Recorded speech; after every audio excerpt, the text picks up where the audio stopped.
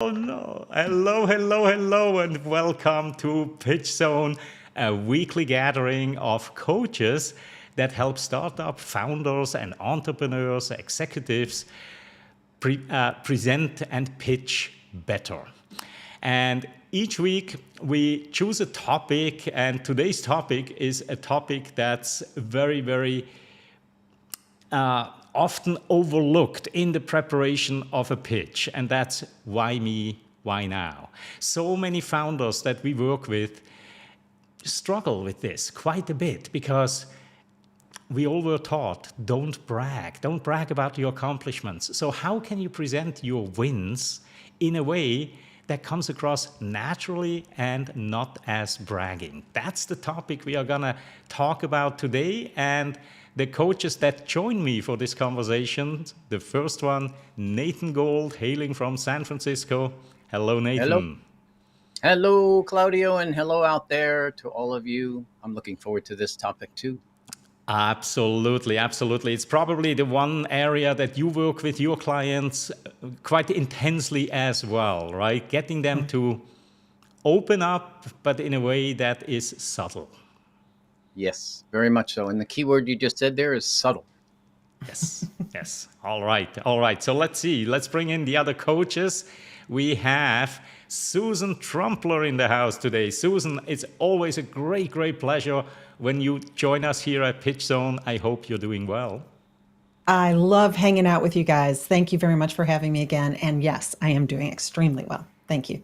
All right, Susan, I'm gonna very quickly bring in coach number 4. That is Stuart Pink, joining us from Boston, Massachusetts. Stuart, how are you today? I'm great, thank you. Always excited to be here. This is a great group of people, and I can't wait to see what we discuss today.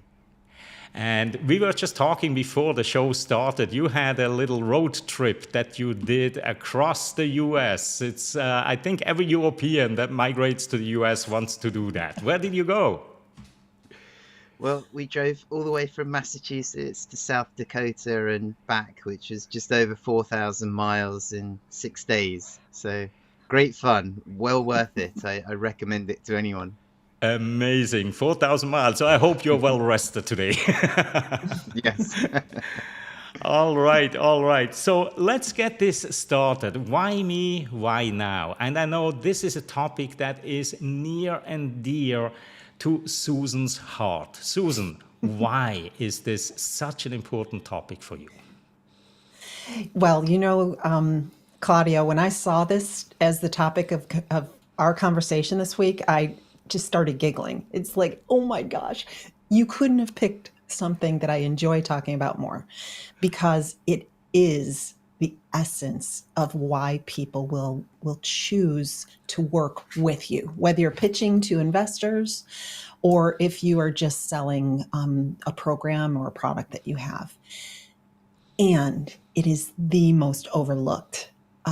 It's honestly the most overlooked thing that we're thinking about when we go to put our presentations and our pitches together, right? Because I call it the curse of knowledge. Like, we know so much about what we do and the value that we can bring to someone that we get down deep into the trenches of what it is that we do. Okay. And the problem with that is that when we think about it from our perspective, we literally lose connection with the person who is most important to us. So, as you know, from a sales coaching standpoint, everything that I teach is founded in neurolinguistic programming, how the brain works, how to connect with people. And so what I've come to understand is there's actually a decision-making process that every person goes through every time they make a decision to say yes to somebody. And two of the things you're talking about today, why would I want to do it with you, or why me, and why now? Those are two of the things that are part of that decision-making process. But there's one other piece that is part of that decision-making process that we can touch on lightly, but I have to tell you, it is the foundation of being able to even get to the step of having someone consider why they should work with you and why they need to do it now. And that is, why do they even need it at all? Right?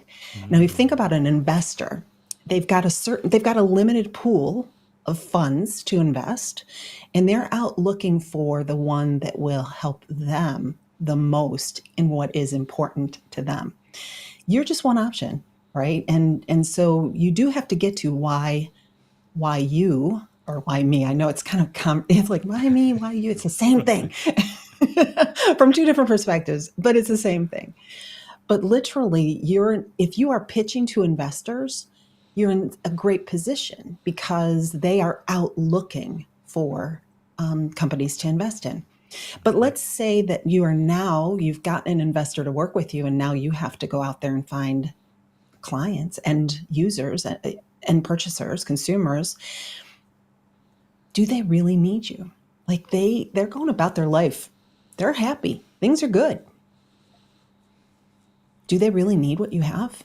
Is the problem that they have big enough that they need to take action, that they need to lay money on the line to solve that problem?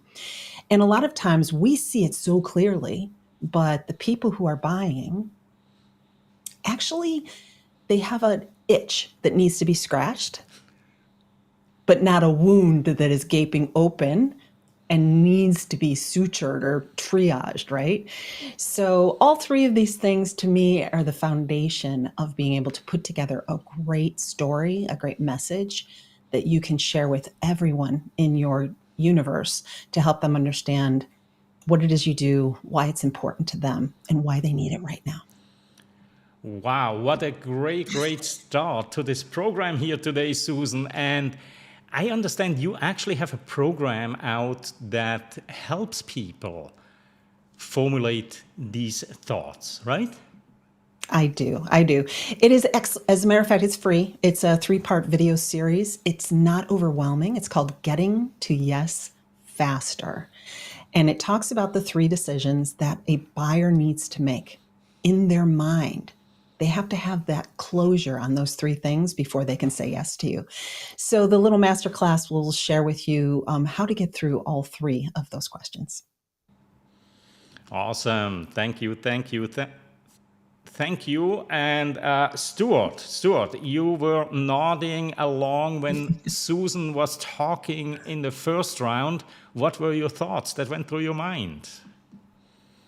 Well, I mean, when I first heard the title for today's conversation, Why Me, Why Now? I thought that's what I think whenever anything bad happens to me. Why me, why now? But these are such fundamental questions. And one of the things I absolutely love about our group here is the way that we can come from such different angles. And I love everything that Susan said, but I would like to, for my first comment, take a giant step backwards and think about what a presentation is, what's happening when anyone gives any presentation. And they have either chosen to speak or they have probably been told to speak. And then you think about the audience in front of them who have either chosen to be there or they have been told to be there. But either way, whether it's through choice or through force, almost the first thing you need to explain is, why are you the person presenting to them? And it may be because you chose to be there, it may be because you were told to be there, but it has on some level to make sense. And I think a big mistake that presenters can make is just to never consider that question. Oh, my boss told me I've got to do this, so I've got to do it. But that doesn't explain why your boss chose you. Why are you the person who has got this information that you're presenting, and why are you presenting this information? Obviously, if we're talking about a pitch situation, why are you the right person to be pitching this product? And again, you want to usually go deeper than just, well, this is what I invented. There's always some kind of backstory that is much more interesting And that I love when Susan said about connection. Connection is the most important thing a speaker can do with their audience, and that's the ultimate goal in speaking, is to connect with them. And so I love these questions so much, because if you can keep them in your mind, that's the secret to connecting with your audience. I love it. I love it. I love it. What a great start to our program today. And I see we have 4 viewers live with us. I want to say very quickly hello. Welcome to PitchZone. We are talking about why me, why now? Or turn it around, why you, why now? A very, very critical part of a pitch. Every investor wants and needs to know why you, and why is now the right opportunity, because sometimes you can be too early. I think both Nathan and I know a bit about that one. We've been working with bleeding edge. We've been into tablet computers 20 years before the iPad came out. That was too early. Sometimes you can be too late, where you just miss the market because there is some paradigm shift happening underneath, and all of a sudden you're standing here and your offer is outdated. So again, hello to everybody online. I see we have Rick Pollack from Boston, Massachusetts. Rick, hello, and thanks for joining us. And anybody else who is on the line, if you want to say hello and tell us where you are joining us from, would be absolutely great. Nathan, we haven't heard from you yet. And again, why me? Why now? Which part do you want to tackle? That's a really good question there, Senor, because they are really 2 separate questions. And I believe today in this session, we ought to treat them that way, because they really don't have anything to do with each other, in a way, the way I look at it, especially in the startup world. Because like you just said, the why now is you're sometimes too early, you're sometimes too late, maybe it's perfect timing, and investors have seen more companies like them or like you. So you need to say, why now, why you, together? Like they go very much hand in hand, but they are very different questions. I would like to go back to the why you, because I believe that's harder for people to talk about, and I'll get back to the why now later. Just as Stuart said, I want to launch off of what he said, because the number one thing that I find in the startup world that people completely miss, is if they are not introduced to the situation by someone else. Ladies and gentlemen, please welcome to the stage, blah, blah, blah, blah, who has blah, blah, blah, blah. If somebody introduces you, that's wonderful, right? That's great. Especially if you pass them 100 words of a suggested introduction that you have vetted, and you like when people say these things, but feel free to say whatever you want to say to introduce me. If you don't get that luxury of an introduction, guess who's responsible for establishing credibility for the audience? Right. You look in the mirror, it's you. And while bragging is not a pretty thing, even for Americans, you need to be able to establish credibility for yourself as the person speaking. Like Stuart said, why are you the person talking to me today?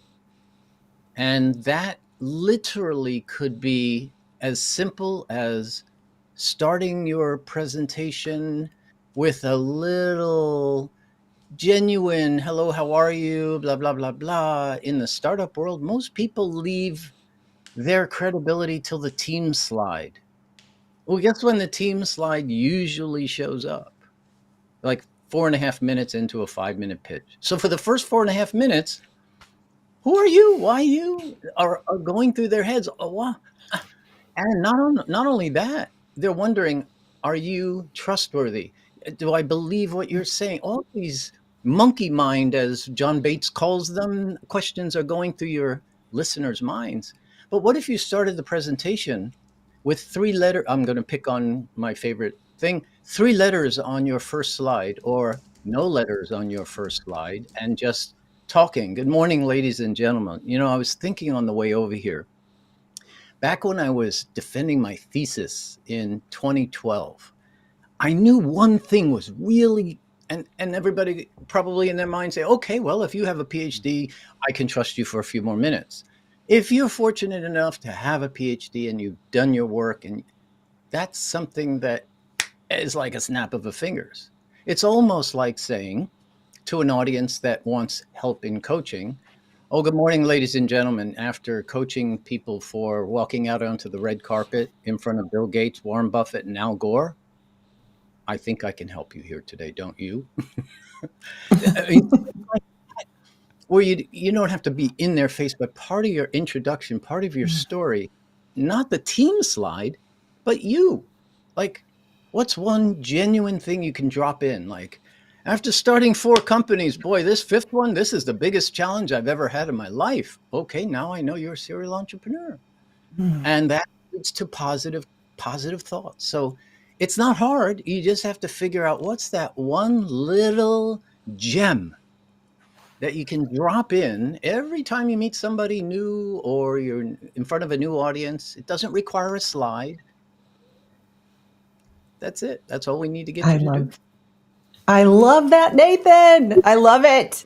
You know what I love the most about it is people they do need to know subconsciously that you've got credibility. And the way you're talking about it is in story format, which is way more appealing than, a list of alphabet soup or, God forbid you don't have a PhD and you don't have a whole lot of credibility. Like, how do you find this, right? So telling people a story about your experiences is amazing. And I want to add one additional thing to it that I think could be really cool for people is as you're telling that story, make certain that you are talking about the problem that you are overcoming or you have helped people overcome as it relates to the audience you're speaking to, so that now you not only have credibility, but they connect with you being able to help them. So if I was talking about, the last time I was helping Oprah on the red carpet, I would say she felt as uncomfortable as you might feel. Just because she's a celebrity doesn't mean that she doesn't have insecurities, right? And that's what I really worked with her on, and that's what I enjoy doing every single day with hundreds of clients, right? So taking that story and taking it to the next level to connect it to the audience, it's a chef's kiss. What I think is so brilliant about this question, why me, is that when you think about it, you can actually use it as a filter to decide what you're speaking about.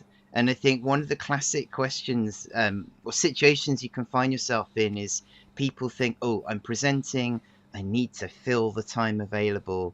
And they start saying things that they know about what they're going to say that don't really add anything. And I think if you ask yourself the question, could anyone else be presenting this?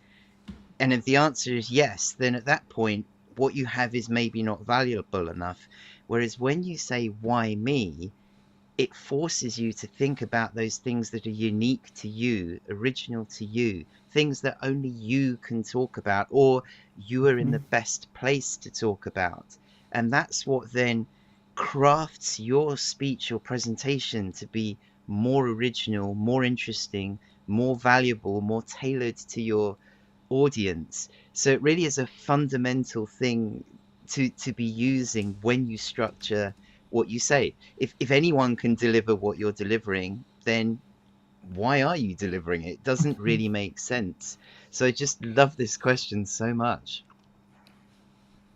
And when you choose what you are delivering, before you get scared about what Stuart just said, you don't have to have something brand new, unique to say that nobody else has ever said in order to stand up in front of people. And I don't think that's what you're saying, right, Stuart?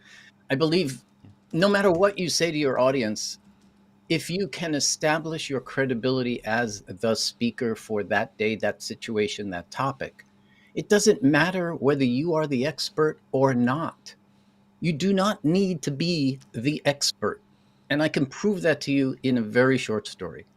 15 years ago, when I started my consulting business, I was not the expert in coaching people for pitching, and I never wanted to be an expert to help somebody. And how did I establish credibility with people, with somebody who can help them? Well, I just worked with people and got a few good war stories. I helped them in exchange for being able to share those stories. But at some point, I got to the point of basically saying to myself, look, I don't need to be the expert.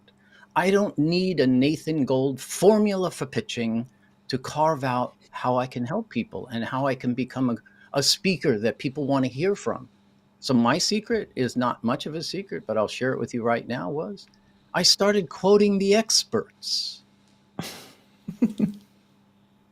It just hit me one day in 2009 when I was looking for another pitch formula that I could sort of borrow, wink, wink, and then slide my little line in there and call it Nathan Gold's perfect pitch format.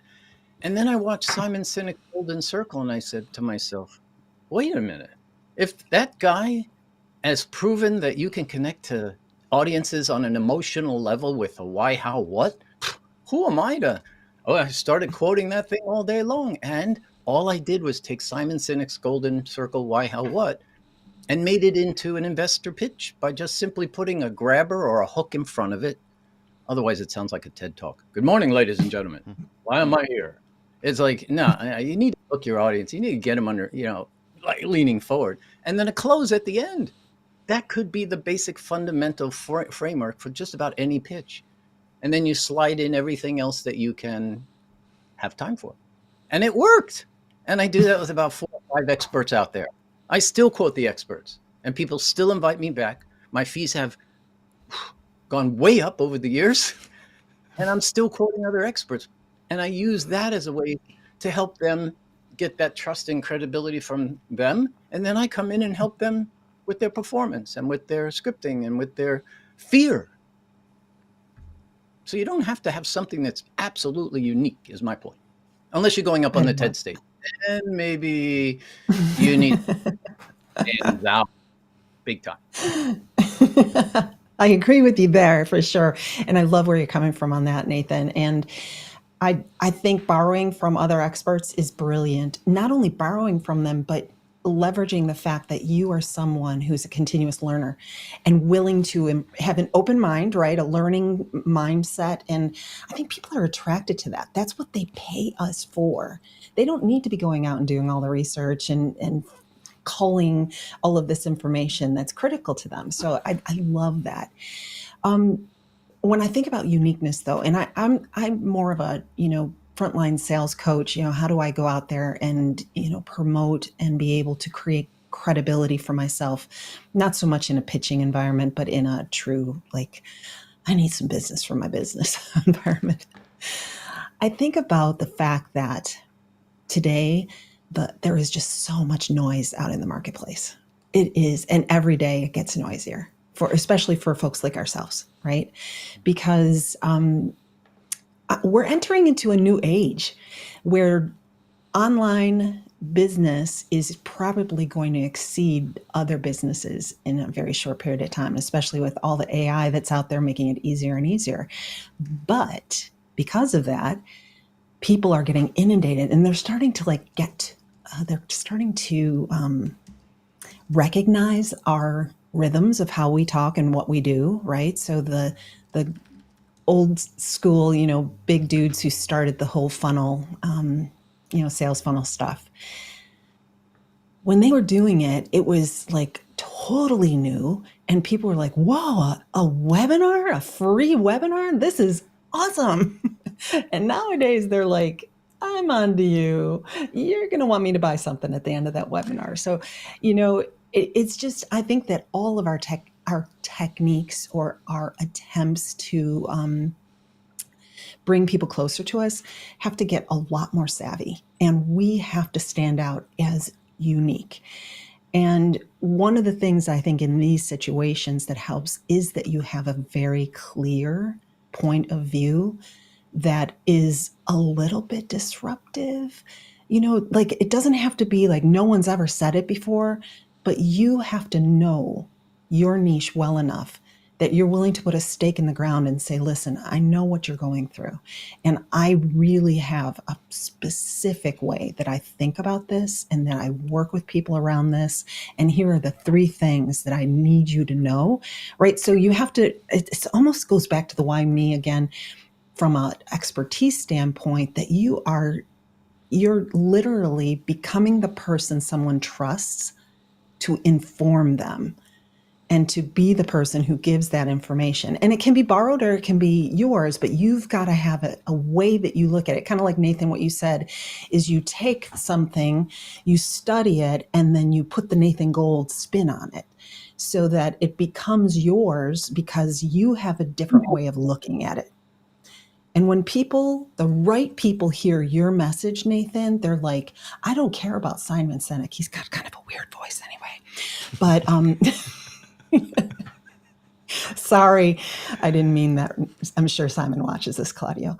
But they hear Nathan and they're like, I like this dude. I like his vibe. I like the way he thinks. I like all these different things about him. Boom. That's how they choose you instead of somebody else. But you got to work at it. This is so great.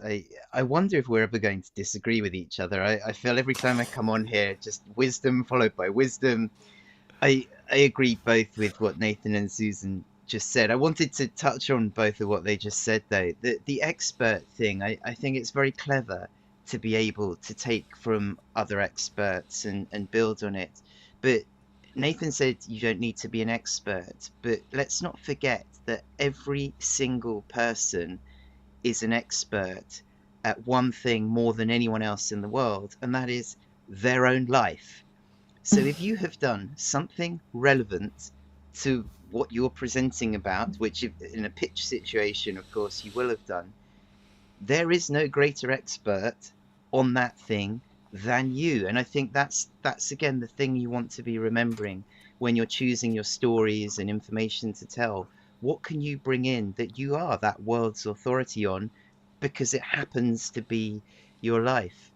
And I love that idea with Simon Sinek. Yes, you can take the original idea, but then we don't just want to hear what he said in his book or his presentation. We want to hear how you've used it in your life, or you've applied it, or you've coached people to use it. And at that point, that's your expertise. So everyone is an expert, and I think that's always really important to remember. And then on originality, again, I love what Susan said. I think originality is so important, and I'm always thinking, how can I be original? And there are different types of originality that you might have when you're presenting an idea or pitching something. You've got the originality of the actual message in your presentation, or the actual product or idea that you're pitching. Often that's very hard to get something that is totally new that no one has ever thought of before. But the more original that is, then the greater a position you're in. But if you don't have something that is completely new, never thought of, that's not the end of the world. It just probably nudges you towards thinking, okay, when I deliver my presentation, how can I go about this in perhaps a more original way to catch the mind and the imagination of the people I'm talking to? And there are endless ways to be different. One thing that just popped into my head right now, when Bill Gates gave a talk about malaria, he releases a jar of mosquitoes into the room. That was a very original way of making a point that we've probably all heard before. So I love this focus on originality. I think it's so important.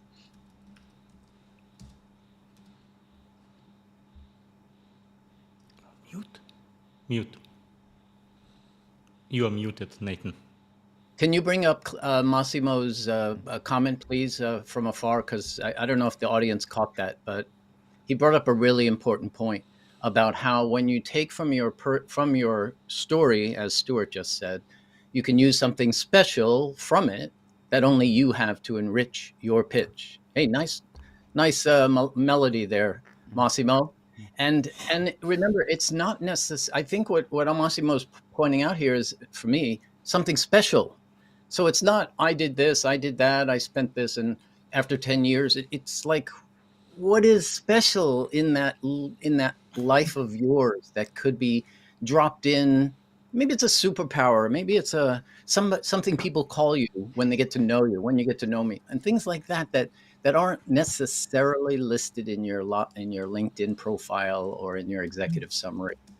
And that can endear your audience to you in a totally different way, and they remember those sort of things. That's the cool part. So Massimo, thank you so much for bringing that one up, because when people hear that uniqueness of who you are, that might be the one thing they remember when they're sitting down with their partners on a Tuesday afternoon to talk about all of the great companies they've seen that week. So before I turn it back over to one of my other coaches here, I want to be sure that in the time we have left here, that I share with you one of the keys for all of you and people who are struggling with the answer, how do I talk about myself without sounding like I'm bragging? There is a wonderful book on the planet that you may not have had a chance to look at yet, called Brag. And I love the subtitle of The Art of Tooting Your Own Horn Without Blowing It. And what this does, what Peggy Klaus has done in this book, is listed out literally 12 questions. And I have done this with my clients who say, I struggle with talking about myself. So I give them a homework assignment. I say, go take those 12 questions and answer 3 or 4 of them. That's all you need to do. Answer 3 or 4 of them. Honestly, authentically, and maybe with a half a glass of wine. Because the answers to those questions that she put on her Take 12, you'll find that it's not that hard to talk about yourself. Not that hard if you do it with humility, as we all hope to hear people talking about themselves with humility, as opposed to, I did this and I did that. Nobody, that's ugly for anybody. So I encourage all of you to take a look at her Take 12, pick a few of those questions and relax a bit, because you only need one little thing, usually just one. It's not I'm going to read you my CV for the next 10 minutes to establish credibility. And that book has helped me and my clients. I think it came out in 2004, so it's been out a while. But the Take 12 questions, awesome.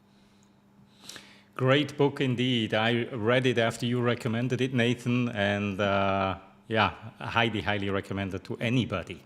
Now, sometimes people, whether it's founders, executives, entrepreneurs, they still struggle with finding their own superpower somewhere locked inside, but for some reason they themselves might not see it. They might not realize that they have that superpower, that one thing that sets them apart from everybody else. As coaches, how do you uncover that? How do you help your clients to uncover the superpower that they have without even being aware of having it? How do you do it, Susan? Oh gosh, this is such a great question, because, and I'm going to quote a study, it's called the Dunning-Kruger effect, where Dunning-Kruger studied a huge cohort of people and found that when you ask people their perception about something that they're strong with, what they're strong at, right, their superpower, they most often answer in the inverse of what's true. So Claudio, if I were to say, Claudio, do you think you're really good at presenting? And you're like, I could be better, right? Yep. And yet, if you ask, it's always the opposite of what is true, which means if you were bad at it and I asked you to be like, oh, I'm the best thing since sliced bread. It's a fact, okay? So finding your superpower is super hard to do at a perception-based level. So asking yourself, what am I good at? It's almost impossible to get there. There's a couple different ways that when I'm coaching with people that I'm able to ask them about behavioral outcomes. I know this is getting kind of techie, but it's like, tell me the time you felt this, like you were on fire and you were working with a client and you were on fire and you just like lit up and couldn't stop and felt awesome. It is understanding what lights you up, because it is around what you're doing and the reactions that you're getting that really help you to uncover what your superpower is. So asking questions, having somebody ask you around those types of things it's why we are in the business that we're in, right? It really helps people. But the other way that you can do it if you don't have a coach to work with is you can just talk to trusted people in your kind of sphere of influence and say, hey, I'm just curious. What do you think? What do you think it is that makes me different? And you've seen me in action. What do you think my superpower might be, right? And it's so much easier for people from the outside. I can see my clients' superpowers like it is as clear as day, and for them, they're like, "What? Really? No." So, anyways, that's kind of my 2 cents on it. Is you need a third party, or you need to be able to really get clear on what your superpower looks like. Yep, absolutely agree with that. Definitely need help of outside people. A couple of things I would add about superpowers. The first is that, in a sense, you can make anything a superpower. So I think one mistake people sometimes have is we have all these conventional ideas of these are desirable, attractive skills, and I'm either good at them or not. But you can make new things a superpower. So, for example, my wife happens to be one of the kindest people I've ever met in the world. Kindness is a superpower, but 10 years ago, I don't know that I ever would have thought of that. So, one question I would say is, what qualities or skills do you have that actually could count as a superpower? Another one I've been thinking about recently is enthusiasm or cheerleading. Having those people in your life that can support you and encourage you is actually really valuable, and I find surprisingly rare sometimes. So look in interesting different directions for what might be a superpower. The other thing about superpowers is, if you think about superheroes, none of them are imperfect. Perfect, sorry. Every movie that they're in, every story that they're in, they have their vulnerable moments.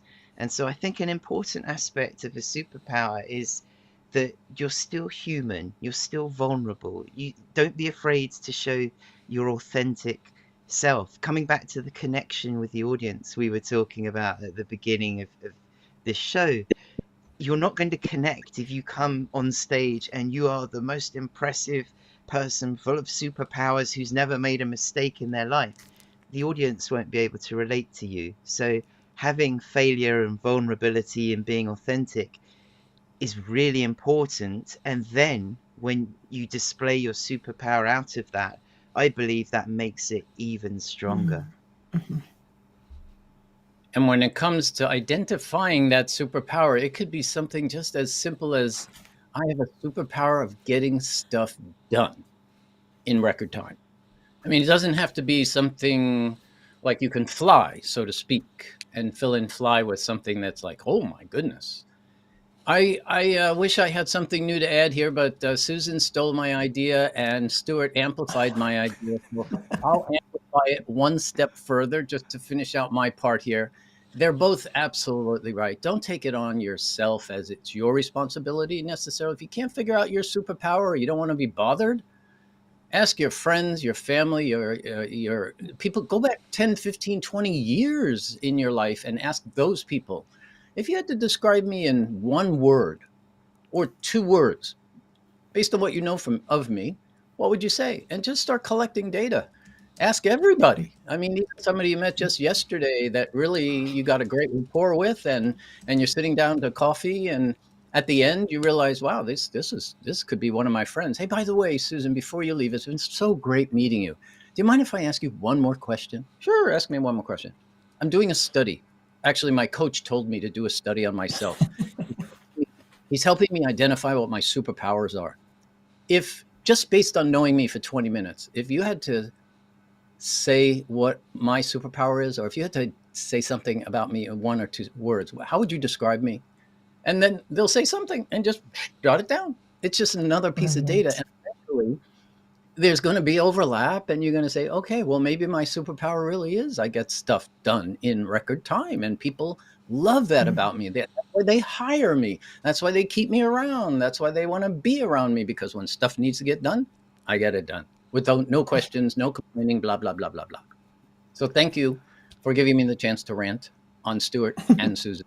answer. This is absolutely Outstanding. great, Nathan. And Massimo just made a really, really good comment, a good point here, that don't just ask your friends, ask your enemies what your superpower is. Because when you ask your enemies, you could learn something really, really important and something different than when you ask your friends. Absolutely brilliant. So today's episode is all about why me, why now? And those are two very, very important questions. We've pretty much only tackled one of them, why me? And have totally ignored the why now. But at the very, very beginning of today's program, Susan had a third question. So, Susan, I want you to just come on in here again and tell us those three most important questions and what you have to offer for people to actually have answers for those questions. Thank you, Claudio. Listen, guys, no one can make a decision without knowing the answer to these three questions. Why do I need what you have? What problem, and I know this sounds trite, what problem does it solve? Like you've heard that a million times. But I mean, why is this problem deep enough that I do need to take action on it now? That's the first one. Why me, which we have just like had a ball with today, around how am I unique and how do I have the expertise and the superpowers to help you? The last question, which we didn't have a lot of time for, but is so critical, is why now? And here, I'm just going to give you a little tidbit into this. More people, let me put it this way. Your biggest competition is not someone else who does the same thing you do. Your biggest competition is status quo. People do not like change. They crave change. They want to transform, but it scares the bejeebies out of them because they're afraid of making a bad decision and looking bad or spending money again that didn't. All right. Or an investor who's going to say yes to your pitch, but they're like, oh, I don't know. So you have to help them move off of status quo by really making them feel safe. Why are you the safest choice for them to choose today? And why does it have to be today? And I'll tell you what, if you can get good at that, you can win almost any deal. You'll never have that, oh, gee, I put that proposal out there and I'm wondering what's happening. You know, it's like crickets. So anyways, getting to yes faster helps with all three of those questions. And thank you very much, Claudia, for letting me talk about it. Oh, my pleasure, because I really think that this is something that whoever is watching us live right now or watches the replay should really have a look at this link. It's free, and you know the value that you offer to the world out there, Susan, is just out of this world. So thank you very much. And I also want to very quickly comment, because one of your last sentences just made my day when you said that your competition is actually the status quo. And this to me is so profound that I just want to end today's episode on that piece and little bit of wisdom. Your biggest competitor is the status quo. I so love this. And with that, I thank you all, the coaches, for a super, super interesting and educational, informative conversation today around the topic, why me, why now? And anybody who's joined us live, thank you very much for spending the time with us. And if you haven't subscribed to this channel yet, please feel free, click that button somewhere below our screen here right now. And with that, I wish you all a wonderful morning, afternoon, evening, wherever you are in the world. And we shall see each other again next week. Bye-bye.